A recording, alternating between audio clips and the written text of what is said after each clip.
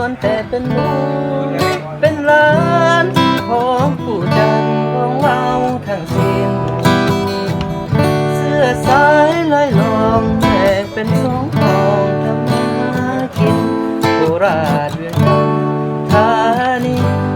ล้วนเป็นถิ่นลูกหลานผู้จันคนรุ่นเก่าความเป็นมาอย่างใดระหว่างพี่น้องเราไทยสมัยก่อนมาเขาจะลึกมัน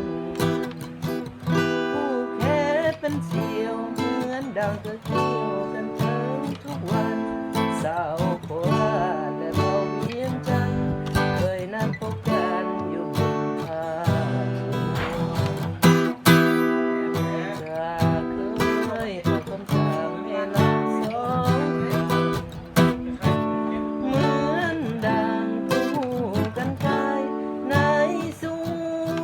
งให้ล้านปู่ไปมาหาสู่บูชาธาตุหลวงพระธาตุพนมให้เห็นดวงเหมือนใจหนึ่งดวงให้เราสองฟังคนรุ่นหน้าน้ำตาต้องพังดินไหลเมื่อจวบเรานุ่งสิ้นไม้ผ่านโคราชไปน้ำตาหยา